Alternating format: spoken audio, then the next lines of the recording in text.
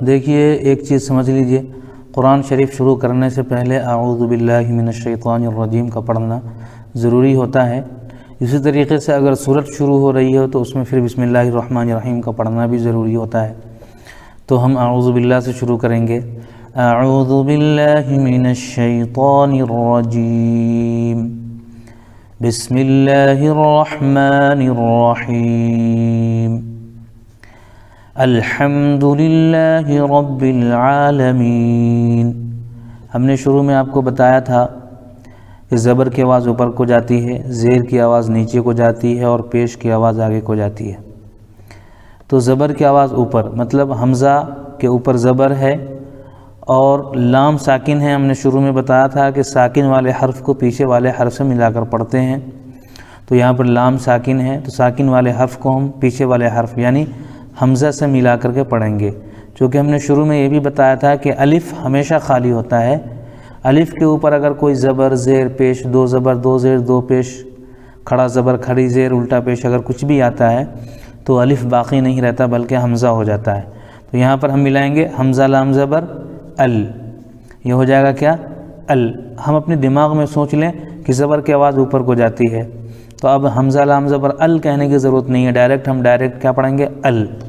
اسی طریقے سے ہم دیکھ رہے ہیں ہا کے اوپر زبر ہے لیکن میم ساکن ہے، تو میم ساکن ہے تو ساکن والے حرف کو پیچھے سے ملائیں گے تو ہا میم زبر ہم، الحم۔ آگے ہم دیکھ رہے ہیں دال کے اوپر پیش ہے تو پیش کی آواز آگے کو جاتی ہے۔ اس کے اندر دو چیزیں ہیں، معروف بھی پڑھنا ہے اور جلدی بھی پڑھنا ہے۔ تو ایک ہوتا ہے آدمی پڑھتا ہے دال پیش دو اور ایک ہوتا ہے دال پیش دو، تو دو غلط ہے اور دو صحیح ہے، تو دال پیش دو۔ اب ہو گیا الحمدو، الحمدو۔ اسی طریقے سے لام کے نیچے زیر ہے اور اگلا لام تشدید ہے۔ دیکھیے ہم نے بتایا تھا تشدید والے حرف کو دو مرتبہ پڑھتے ہیں، ایک بار پیچھے والے حرف سے ملا کر اور ایک بار خود اسے۔ تو یہاں پر لام کو ہم لام میں ملا دیں گے، لام لام زیر لل، تو الحمدو لل، لام کھڑا زبر لا، الحمد للہ۔ ہا کے نیچے زیر ہے تو ہی۔ اب یہاں پر زیر کو بھی دیکھیے دو طریقے ہیں، ایک تو معروف اور ایک مجہول۔ بعض لوگ پڑھتے ہیں الحمد للہ ہے اور الحمد للہ ہی، تو یہاں پر ہی صحیح ہے غلط ہے، تو ہمیں ہی پڑھنا ہے یعنی معروف پڑھنا ہے۔ تو الحمد للہ، را پر زبر ہے لیکن با کے اوپر ہم دیکھ رہے ہیں تشدید ہے۔ ہم نے بتایا تھا تشدید والے حرف کو دو مرتبہ پڑھتے ہیں، ایک بار پیچھے والے حرف سے ملا کر ایک بار خود اسے، تو ہم را کو ملائیں گے با میں۔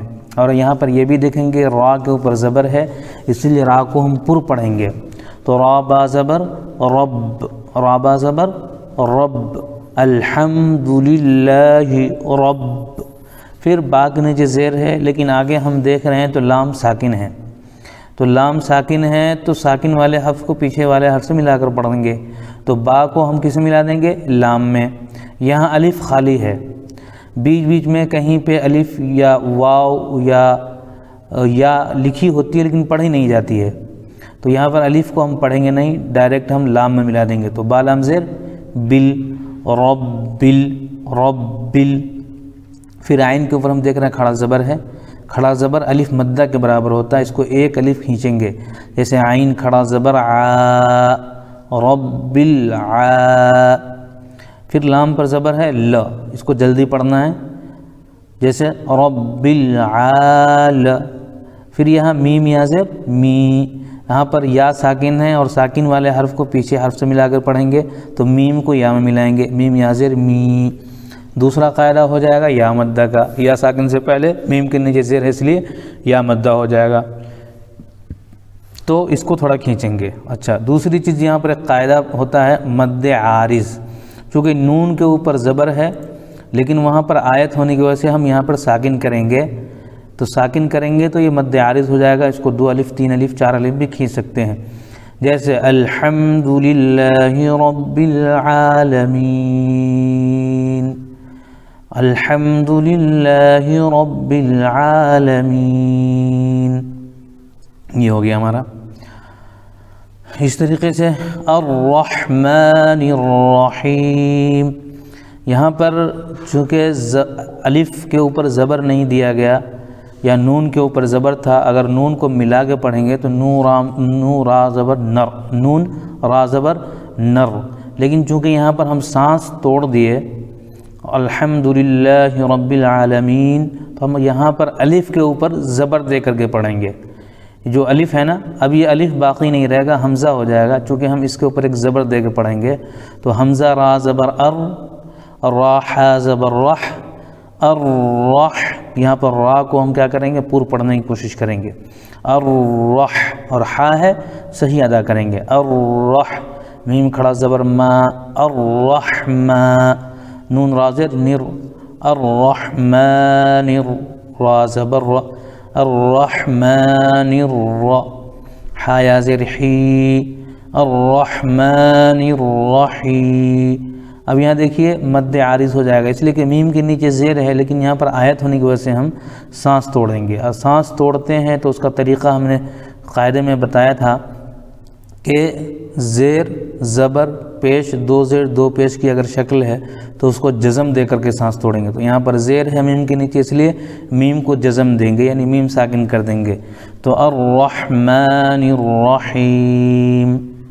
اب دیکھیے اس کا ترجمہ ہوتا ہے الحمد کے معنی آتا ہے تعریف، یعنی الحمد تمام تعریفیں، للہ اللہ کے لیے ہے، رب العالمین، رب کے معنی آتا ہے پالنے والا، عالمین کے معنی تمام دنیا، جو تمام جہان کا پالنے والا ہے، تو اس کا مکمل ہو جاتا ہے ترجمہ الحمدللہ رب العالمین، تمام تعریفیں اس اللہ کے لیے ہے جو تمام جہان کا پالنہار ہے یا تمام جہان کا پالنے والا ہے۔ اچھا، الرحمن الرحیم کا ہو جاتا ہے جو رحمان اور رحیم ہے، رحمان اور رحیم ہے۔ اسی طریقے سے میم پر کھڑا زبر ہے تو میم کھڑا زبر ما، لام زیر لی، مالی، یہاں پہ ہمیں کیا کرنا ہے، بعض لوگ پڑھتے ہیں ما لے، کاف زیر کے ما لے کے، تو ما لے کے اور مالکی دونوں میں فرق ہے، ہمیں پڑھنا ہے مالکی۔ اس طرح یو ہے، یہ واولین آتا ہے، اس کو بھی معروف پڑھا جاتا ہے، بعض لوگ پڑھتے ہیں یو، لیکن ہمیں پڑھنا ہے یو، یو اور یو میں فرق ہے، تو مالکی یو، میم دال زیر مد۔ یہاں پہ دیکھیے الف اور لام لکھا ہوا لیکن پڑھا نہیں جا رہا، اس کا قاعدہ ہم نے بتایا تھا حروف قمری اور حروف شمسی، تو یہاں پر الف لام کے بعد حروف شمسی میں سے دال آ رہا ہے، اس لیے الف لام کو نہیں پڑھیں گے، تو مالکی یوم دال یا زیر دی، مالکی یوم الدین۔ اب نون آیت کی وجہ سے ساکن ہو جائے گا، تو یہاں پہ بھی مد عارض ہوگا، مالک یوم الدین، ہے نا، جو یوم جزا کا مالک ہے۔ مالک یوم الدین کا معنی کیا ہوا، جو یوم جزا کا مالک ہے۔ یوم جزا کہتے ہیں بدلے کا دن، یعنی جس دن انسان کو اس کا بدلہ دیا جائے گا، اس کے اعمال کا بدلہ دیا جائے گا، اگر نیک ہے تو اچھا بدلہ، اگر برا ہے بدعمال ہے تو اس کا برا بدلہ۔ تو وہ رب کیا ہے، وہ یوم جزا کا مالک ہے، اس دن کسی کو کوئی تصرف نہیں ہوگا، وہ صرف اکیلا مالک ہوگا۔ ایاک، یہاں پر ہے حمزہ یا زیر ای اور یا الف زبر یا، ایاک نعبد و ایاک نستعین، ایاک نعبد و ایاک نستعین۔ نعبد میں بہت سارے لوگ پڑھ دیتے نعبد، تو یہ مجہول ہو جاتا ہے، ہمیں پڑھنا ہے نعبد، نعبد عین بھی نکلنا چاہیے، ایاک نعبد و ایاک و ایاک۔ اس کی یا عام طور پہ نہیں نکل پاتی لوگوں کی، اس کو تھوڑا مشق کرنا پڑے گا۔ مشق اس طرح کریں گے کہ ایا، یہ جو ہماری زبان ہے وہ اوپر تالو کی طرف جائے گی لیکن پورا سٹے گا نہیں، بس اس میں تھوڑا آواز کو کھینچیں گے، جیسے ایا، ایا، ایاک نعبد و ایاک نستعین، اہدنا الصراط المستقیم، اہدنا۔ اب یہاں پہ یہ الف بھی گر جائے گا، اور الف لام چونکہ حروف شمسی کے شروع میں ہیں اس لیے الف لام کو نہیں پڑھیں گے، ڈائریکٹ نون کو صاد میں ملا دیں گے، تو اہدنس، اہدنس۔ اس کے بعد را ہے الف مدہ، تو اس را کو پر پڑھیں گے، اور یہ طا بھی حروف مستعلیہ میں سے آتا ہے، اس کو بھی پر پڑھیں گے۔ تو اہدنا الصراط اہدنا الصراط المستقیم۔ ایاک نعبد و ایاک نستعین، اس کا ترجمہ ہو گیا ہم تیری ہی عبادت کرتے ہیں اور تجھ ہی سے مدد مانگتے ہیں، یعنی ہم تیرے سوا، یعنی ہم اللہ کے سوا کسی کی عبادت نہیں کرتے اور ہم اللہ ہی سے مدد مانگتے ہیں۔ اہدنا الصراط المستقیم، مدد کیا مانگتے ہیں؟ ہم یہ مانگتے اہدنا، اے اللہ ہمیں ہدایت دے، صراط المستقیم، سیدھے راستے کی۔ تو یہ ہے اہدنا الصراط المستقیم، ہمیں سیدھے راستے پر چلا۔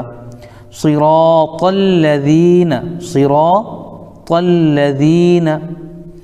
انعمت علیہم، کس راستے پر چلا؟ اس راستے پر چلا جس پر تیرا انعام ہوا، جس پر تیری نعمتیں ہوئی۔ غیر المغضوب علیہم ولا الضالین،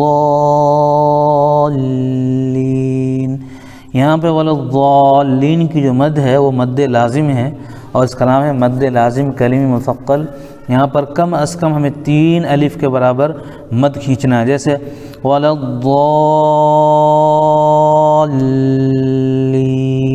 لام کے اوپر بھی تھوڑا رکنا ہے، چونکہ لام تشدید ہے اور تشدید والے حرف کو سختی کے ساتھ پڑھا جاتا ہے، جیسے غیر المغضوب علیہم ولا الضالین۔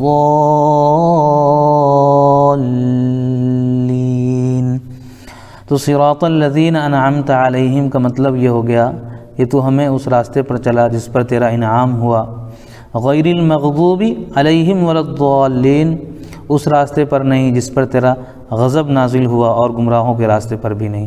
تو یہ آج کا ہمارا سبق ہے۔ انشاءاللہ ہم سورہ فاتحہ کو کوشش کریں ترجمہ کے ساتھ یاد کرنے کا، تاکہ جب ہم نماز میں پڑھیں تو پتہ چلے کہ ہم کیا پڑھ رہے ہیں، کیا کہہ رہے ہیں، ہم اللہ سے کیا مدد مانگ رہے ہیں۔ جزاک اللہ خیر، اللہ تعالی ہم سب کو عمل کی توفیق عطا فرمائے۔